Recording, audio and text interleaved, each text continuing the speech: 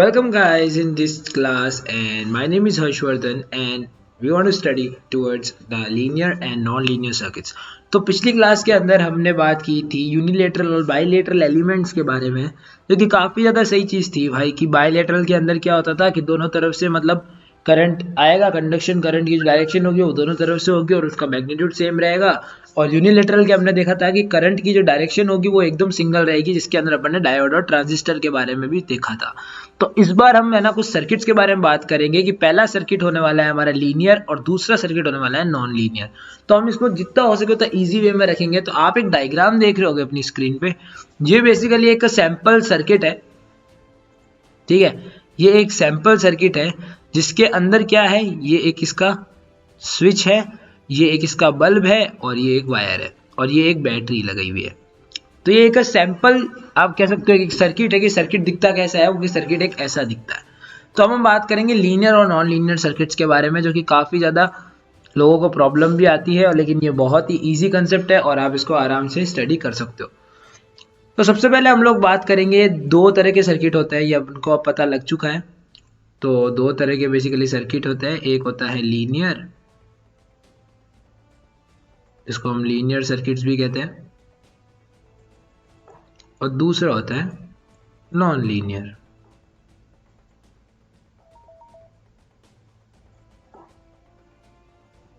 ठीक है।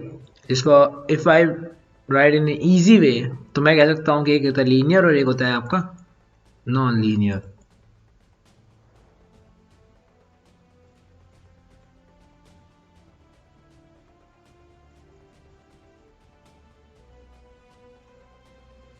So there are two types of basically circuits, which are one is linear circuits and other one is non-linear circuits.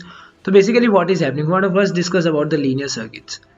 तो circuit के बारे में तो अपन को पता है कि सर्किट होता क्या है एक्चुअली में। तो अब हम बात करने वाले हैं लीनियर सर्किट्स के बारे में, और उसके बाद हम बात करेंगे नॉन लीनियर सर्किट्स के बारे में। तो बेसिकली लीनियर सर्किट्स होता क्या है, तो इन एन ईजी वे अगर मेरे को इसको पढ़ना हो तो linear circuits are those circuits in which circuit parameter do not change with voltage and current. तो सर्किट के जो पैरामीटर है वो वोल्टेज और करंट के साथ अगर चेंज नहीं हो रहे हैं, ठीक है, तो सर्किट पैरामीटर्स, अगर मैं इसको सही लिखूं तो सर्किट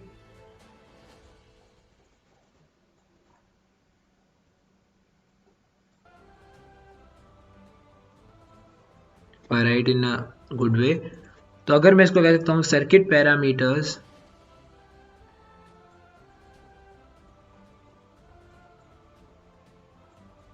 डू नॉट, यानी सर्किट पैरामीटर्स क्या नहीं होंगे, do not change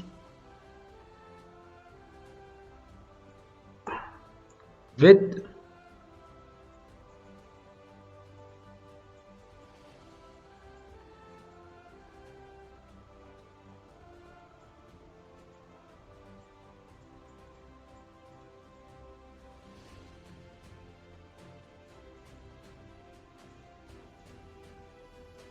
circuit parameter जो कि चेंज नहीं हो रहे, किसके साथ, वोल्टेज और करंट के साथ। और हम क्या कह सकते हैं कि अगर मैं इसको प्रिसाइसली एक लाइन में कहूँ, which is more easy way to understand, और आपको एग्जाम में भी लिख सकते हो कि वो लिख सकते हो आप कि linear circuits are those circuit विच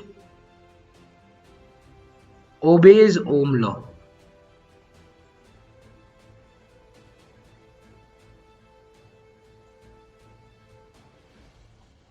वो सर्किट्स जो ओम्स लॉ को ओबे करेंगे वो सारे लीनियर सर्किट्स होंगे। वेयरएज अगर मैं बात करता हूँ नॉन लीनियर सर्किट्स के बारे में, तो non linear circuits are those circuits basically, अगर मैं इसको फ्रैंक लैंग्वेज में कहूँ तो non linear circuits are those circuits whose parameter, you can say whose parameter can will change, basically opposite हो जाएगा। तो उसके अंदर क्या हुआ था कि पैरामीटर्स चेंज नहीं हो रहे थे, तो circuits in which the circuit parameters change with voltage and current. तो मैं यहाँ सिंपल लिख दूंगा circuit whose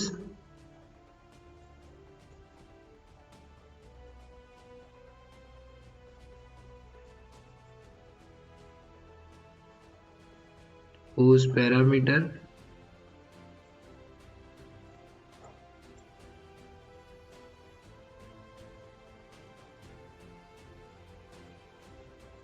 whose parameter change with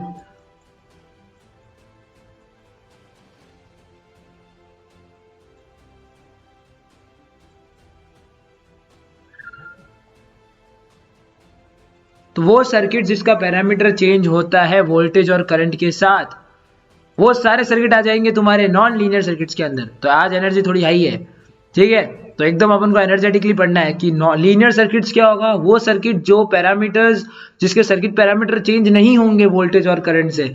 लेकिन अगर ऐसे कोई सर्किट है जिसके पैरामीटर चेंज हो रहे हैं वोल्टेज और करंट की वजह से, तो वो नॉन लीनियर सर्किट्स होंगे। और मोर ओवर इसमें भी वही कंडीशन लगेगी कि यहां पर जैसे वो ओबे कर रहा था, तो नॉट ओबे ओम्स लॉ, ये भी ओम्स लॉ को ओबे नहीं करेंगे। तो लीनियर सर्किट्स हो गया, नॉन लीनियर सर्किट्स हो गया। तो आई होप दैट ये आपको क्लियर हो चुका होगा। लीनियर सर्किट के अंदर अगर मैं आपको क्विकली वापस एक छोटा सा ओवरव्यू दे दूं, तो लीनियर सर्किट के अंदर क्या होगा कि सर्किट पैरामीटर चेंज नहीं होंगे वोल्टेज और करंट के साथ। वेयर एज अगर मैं नॉन लीनियर की बात करूं, तो सर्किट पैरामीटर चेंज होंगे वोल्टेज और करंट के साथ। लीनियर सर्किट जो होगा वो आपका ओम्स लॉ को ओबे करेगा, लेकिन जो नॉन लीनियर सर्किट होगा वो ओम्स लॉ को ओबे नहीं करेगा। After some time we will also discuss about Ohm's law. हमने ओम्स लॉ के बारे में भी थोड़ा बहुत डिस्कस किया था इन द प्रीवियस क्लास। तो आई होप दैट आपको ओम्स लॉ क्लियर होगा। अगर आपको ओम्स लॉ क्लियर नहीं है, तो मैं आपको अभी दो टर्मिनोलॉजीज अभी क्लियर कराने वाला हूँ in this lesson only, in this lecture only, which is like a bonus to you all guys, so that you can understand the concept very clearly. So okay, तो ये चीज आपको क्लियर हो चुकी होगी। लीनियर सर्किट्स वो circuit होता है जिसके सर्किट पैरामीटर्स चेंज नहीं होते हैं वोल्टेज और करंट से, लेकिन जो नॉन लीनियर होते हैं उसके चेंज होंगे, वोल्टेज और करंट से उसके पैरामीटर चेंज होंगे। और जो लीनियर सर्किट्स होंगे वो ओम्स लॉ को ओबे करेंगे, लेकिन जो नॉन लीनियर होंगे वो ओम्स लॉ को ओबे नहीं करेंगे। तो ये चीजें अपन को एकदम दिमाग में कंटेस्ट रखनी है।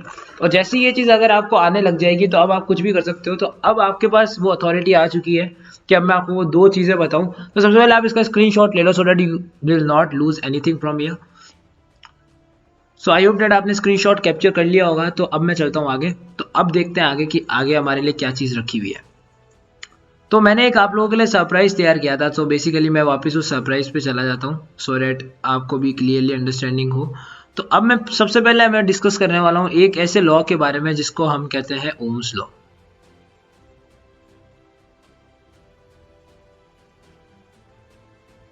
तो बेसिकली ओम्स लॉ की स्टेटमेंट क्या है, क्योंकि आजकल लोगों ने इसका बहुत ज्यादा हवा मचाया हुआ है, लेकिन Ohm's law is very simple. What is Ohm's law basically? Ohm's law ने क्या कहा था? ओम्स लॉ ने यह कहा था, which is a very simple and you can say state of information, कि under constant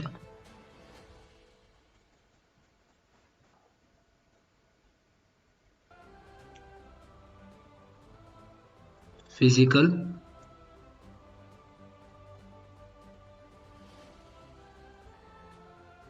condition and under a constant physical condition, a constant physical condition and temperature,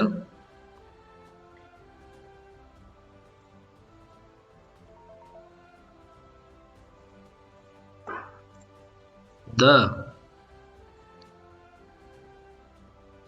current flowing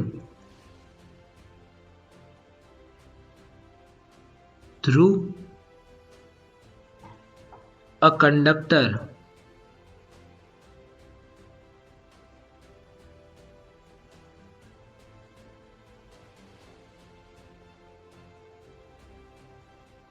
so you all guys is right, is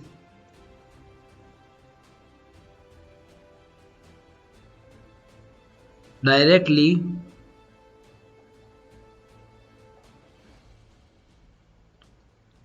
proportional to potential difference across its end।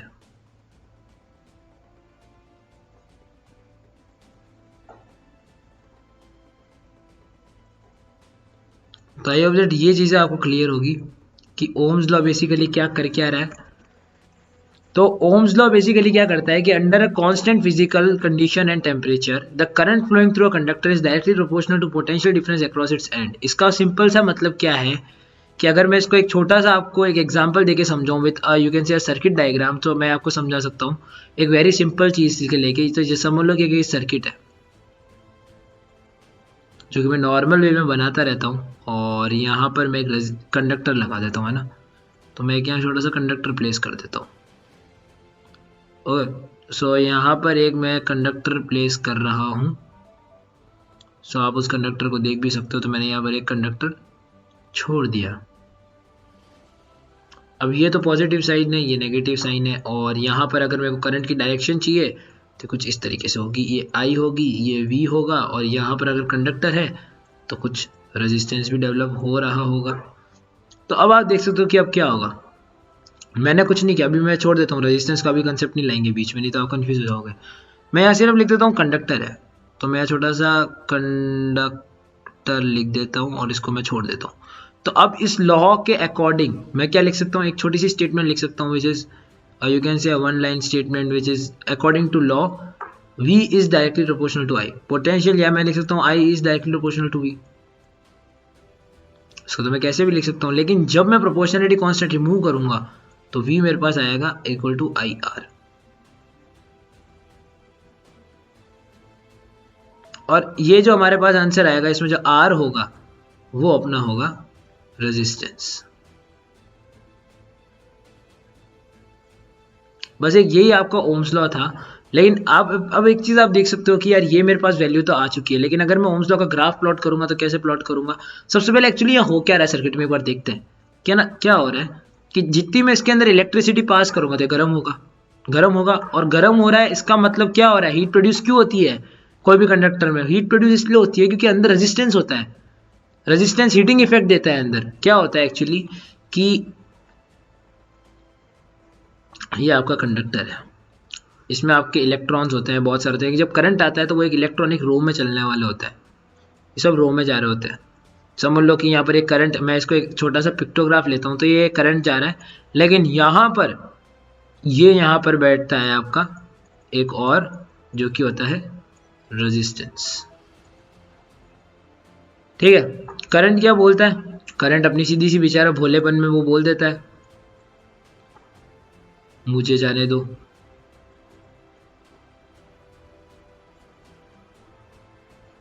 लेकिन resistance क्या बोलता है,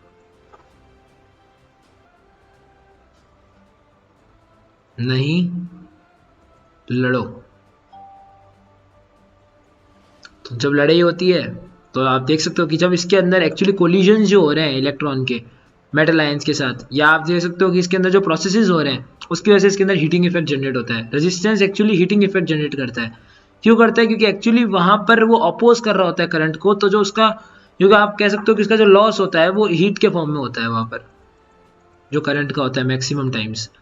ठीक है, तो आप ये चीज कह सकते हो कि कुछ हीटिंग इफेक्ट टाइप का जनरेट होता है। इसलिए आपने ये भी देखा होगा कि रेजिस्टेंस बहुत बार आप कह सकते हो कि हर जगह यूज आते हैं। जैसे आपने रेजिस्टेंस का यूज उसके अंदर आपने 100% लिया होगा, जो कि है टोस्टर्स हो गए, आपके हीटर्स हो गए, इन सब के अंदर रेजिस्टेंस का यूज आता है। तो आपने ये चीज़ें तो बिल्कुल देखी होगी। तो अब मेरे हिसाब से आई थिंक ये आपने क्लियर हो चुका होगा कि ओम्स लॉ क्या है। लेकिन अगर मैं ओम्स लॉ का ग्राफ देखूँ तो अब ओम्स लॉ का ग्राफ कैसे बनेगा, तो अब मैं एक ग्राफिकल रिप्रेजेंटेशन देख ही लेता हूँ, छोटी सी ले ही लेता हूँ, जिससे आपका पूरा ओम्स लॉ कंप्लीट हो जाएगा। तो अब मैं यहाँ ग्राफिकल रिप्रेजेंटेशन लिखता हूँ, ग्राफिकल रिप्रेजेंटेशन।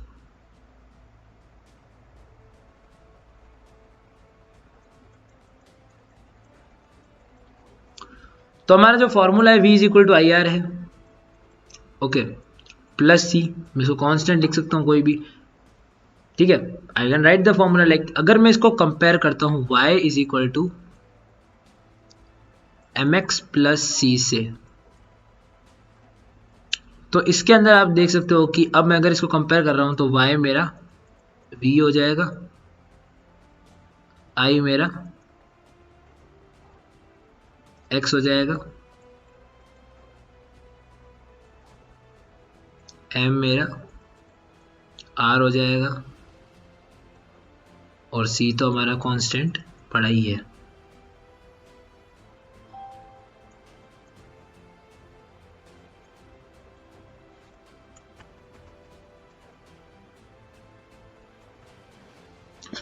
तो अब मैं क्या करूंगा ना, अब मैं चुपचाप इसको प्लॉट कर दूंगा। तो मैं यहाँ लिख दूंगा एक स्टेटमेंट प्लॉटिंग नाउ।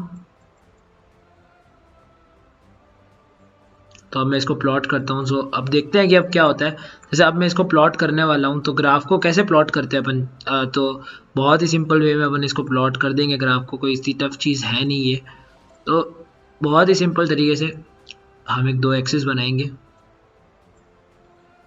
कि हमारी एक्स एक्सिस होती है। तो एक्स एक्सिस की तरफ अभी आपने देखा था कि क्या रहेगा, हमेशा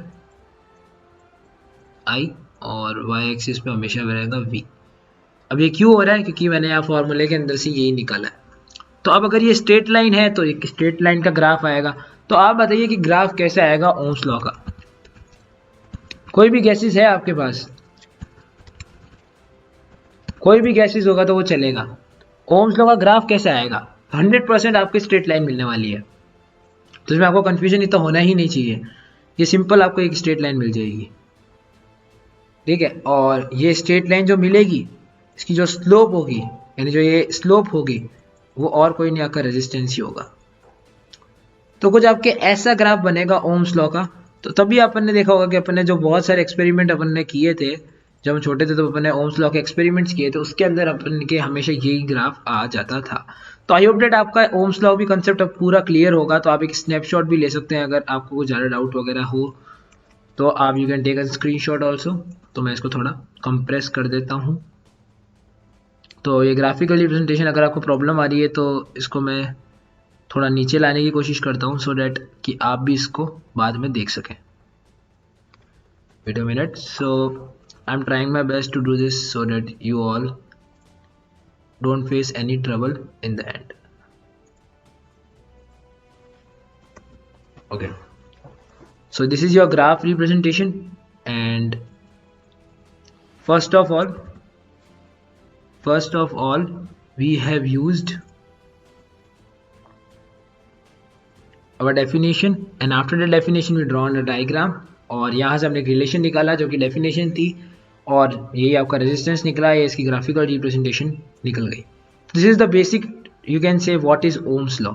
Now we will going to move towards our the next topic, which is what do you mean by circuit parameters. Okay, so हमने अगर अपने प्रीवियस के अंदर बात करूँ, जो अपन ने अभी थोड़ी देर पहले पढ़ा था, इसके अंदर मैंने कहा था कि भाई जिसके सर्किट पैरामीटर्स होते हैं वो वोल्टेज पे और करंट पे डिपेंड नहीं करता है। वो कैसा होता है, जो वोल्टेज और करंट पे डिपेंड नहीं करेगा, वो आपका इस तरीके का सर्किट आपका लीनियर सर्किट कहलाता है और वो ओम्स लॉ को ओबे करेगा। लेकिन अगर वो डिपेंड कर रहा है वोल्टेज और करंट पे, तो वो नॉन लीनियर कहलाएगा और वो ओम्स लॉ को भी ओबे नहीं करेगा। तो ये चीज़ आई थिंक आपको क्लियर हो चुकी है। अब हम बात करने वाले हैं सर्किट पैरामीटर्स के बारे में कि सर्किट पैरामीटर्स एक्चुअली में होते क्या है। तो बहुत ही सिंपल तरीके से अभी मैं आपको एक्सप्लेन कर दूंगा सर्किट पैरामीटर्स के बारे में। तो आई होप डेट ये आपने लिख दिया होगा, तो अब मैं इसको रब कर देता हूँ। ओके, सो अब अपन बिल्कुल आराम से सर्किट पैरामीटर्स को समझेंगे सो डेट अपने आगे कभी लॉस नहीं हो। तो बेसिकली अब हम जानने वाले हैं कि सर्किट पैरामीटर्स होते क्या है। तो आपने कोई भी, अगर मैं सर्किट बनाऊं, जैसे अगर मैं कोई भी रैंडमली कोई भी सर्किट बना दूं, वो भी जैसे मैं एक छोटा सा सर्किट बना ही देता हूं जो कि एक रैंडम सर्किट होगा। तो यहाँ मैं एक रैंडम सर्किट बना रहा हूँ जिसमें मैं कुछ भी डाल दूंगा, ठीक है। इसमें मैं यहाँ पर एक रेजिस्टेंस डाल देता हूँ, यहाँ एक इंडक्टर डाल देता हूँ। तो ये कुछ इस तरीके से सर्किट दिखा, ये कुछ इंडक्टर है, यहाँ मेरा रजिस्टर लगा हुआ है, ये पॉजिटिव है, ये नेगेटिव है, और यहाँ पर करंट की डायरेक्शन इस तरीके से जा रही है, और ये भी वोल्टेज का है। तो अब आप चीज़ देख सकते हो कि मैंने एक सर्किट टाइप कुछ बना तो दिया है। तो अब मेरे को आपको एक्सप्लेन ये करना था कि सर्किट पैरामीटर्स क्या होता है। तो बिल्कुल आसान तरीके से मैं आपको बताता हूँ कि सर्किट पैरामीटर्स होते क्या है। तो सर्किट पैरामीटर्स बहुत ही सिंपल चीज़ है और आप इसको आराम से क्रैक कर सकते हो। तो बेसिकली सर्किट पैरामीटर और कुछ नहीं होता, ये सिर्फ आप कह सकते हो कि सर्किट पैरामीटर्स बेसिकली आपके एलिमेंट्स होते हैं जो आप सर्किट्स के अंदर यूज़ करते हो, ठीक है। तो सर्किट पैरामीटर्स बेसिकली वो, मतलब आप कह सकते हो एलिमेंट्स जो आप इलेक्ट्रिक सर्किट के अंदर यूज़ करते हो, वो आपके सर्किट पैरामीटर्स होते हैं। तो I hope that this thing is clear to you right now. So यही चीज़ थी कि जो भी इलेक्ट्रिकल कंपोनेंट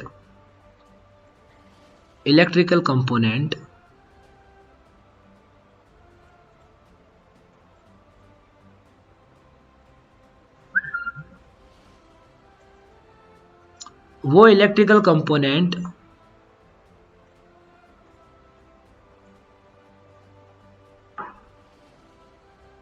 यूज्ड इन, तो वो लो इलेक्ट्रिकल कंपोनेंट्स, ठीक है, जो कि काम आते हैं, या आप कह सकते हो कि electrical components used in circuits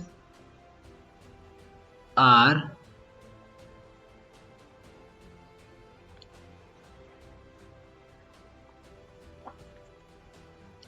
parameters. So I think that this thing is very much clear to you now.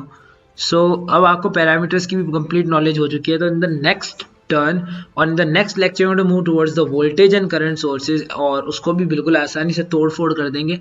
तो टेंशन बिल्कुल ना ले. Stay healthy, stay safe. Till then, this is Harshvardhan signing of.